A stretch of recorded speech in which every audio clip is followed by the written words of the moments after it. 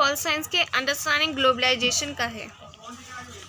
इसका first question है, globalisation is a multi dimension phenomenon, explain it various dimension with suitable example. वैश्वीकरण एक बहुआयामी परिघटना है, उपयुक्त उदाहरण के साथ इसके विभिन्न आयाम बताने हैं। मीन्स इसमें political, economic, religions and technologic आयाम सारे डायमेंशन बताने हैं। Second question, the ideas of nation state is on decline in the era of globalisation analyse. इसमें वैश्वीकरण के युग में पतन की ओर जा रहा है राज्य, उसको बताना है। मीन्स राज्य की जो शक्तियां हैं वो कमज़ोर हुई हैं।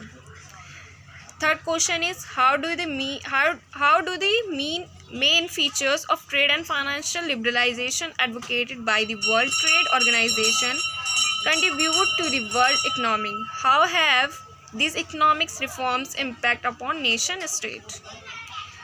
मीन्स विश्व व्यापार संगठन द्वारा समर्थित व्यापार और वित्तीय उदारीकरण की मुख्य विशेषता विश्व अर्थव्यवस्था में कैसे योगदान करती है? इन आर्थिक सुधारों का राष्ट्र राज्यों पर क्या प्रभाव पड़ा?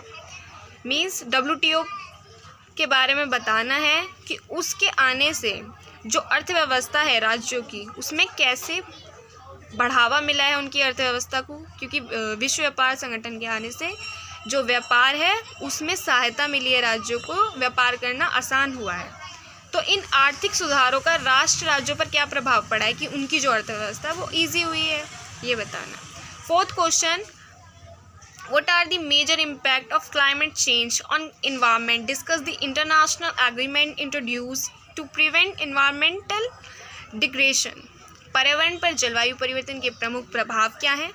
पर्यावरणीय पतन को रोकने के लिए शुरू किए गए अंतर्राष्ट्रीय समझौते बताने हैं। इसमें समझौते बताने से पहले कि जो पर्यावरण है उसका जलवायु परिवर्तन पे क्या प्रभाव पड़ा है। मीन्स अगर जलवायु परिवर्तन हो जाएगा तो मानव का जो स्वास्थ्य है उस पर दुष्प्रभाव पड़ेगा, तापमान बढ़ेगा, जो हिमनद है वो पिघलने लगेंगे और महासागरों का जल स्तर जो बढ़ेगा, जिसके कारण से बाढ़ आ सकती है, बारिश आ सकती है, ये सब। फिर उसके जो अंतर्राष्ट्रीय समझौते किए गए उनके बारे में बताएंगे। Fifth question, critically access the role of UNO over the year, has the united nation outlive it usefulness? मतलब विगत वर्षों में संयुक्त राष्ट्र संघ की भूमिका का आलोचनात्मक मूल्यांकन कीजिए।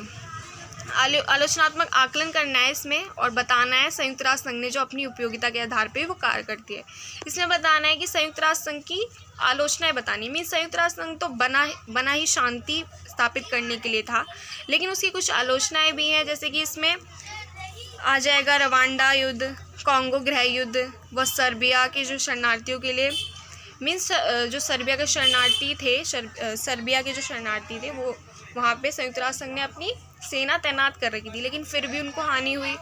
तो ये एक तरह से उसको दिखाता है कि संयुक्त राष्ट्र संघ क्या है, अपने जो भी उसके टारगेट थे वो उस पर खरा नहीं उतरा।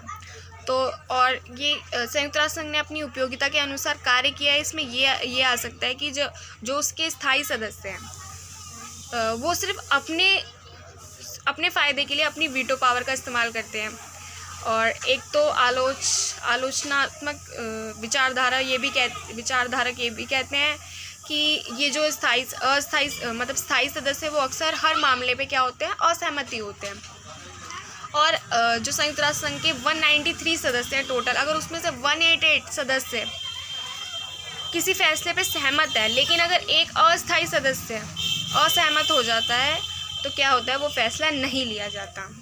तो ये एक कह सकते हैं कि संयुक्त राष्ट्र संघ ने अपनी उपयोगिता के अनुसार ही वो कार्य करता है। Six question, have integrated world economics and liberal trade system been successfully in the purpose of eradicating poverty? How does inequality function explain? क्या एकीकृत विश्व अर्थव्यवस्था और उदार व्यापार प्रणाली गरीबी उन्मूलन के उद्देश्य में सफल रही है? असमानता कैसे कार्य करती है और व्याख्या कीजिए। पहले तो इसमें बता देना, उदार जो व्यापार प्रणाली है उससे गरीबी को दूर करने में क्या बहुत कुछ हुआ है उसको बताना है, और फिर असमानता को बताना है। अगला क्वेश्चन है, 7 question, what are the various challenges in the security counselling, why India should be given a permanent seat in counselling. ये तो बहुत ही ईजी है। सुरक्षा परिषद में विभिन्न चुनौतियाँ क्या हैं और भारत को परिषद में एक स्थायी सीट क्यों दी जानी चाहिए।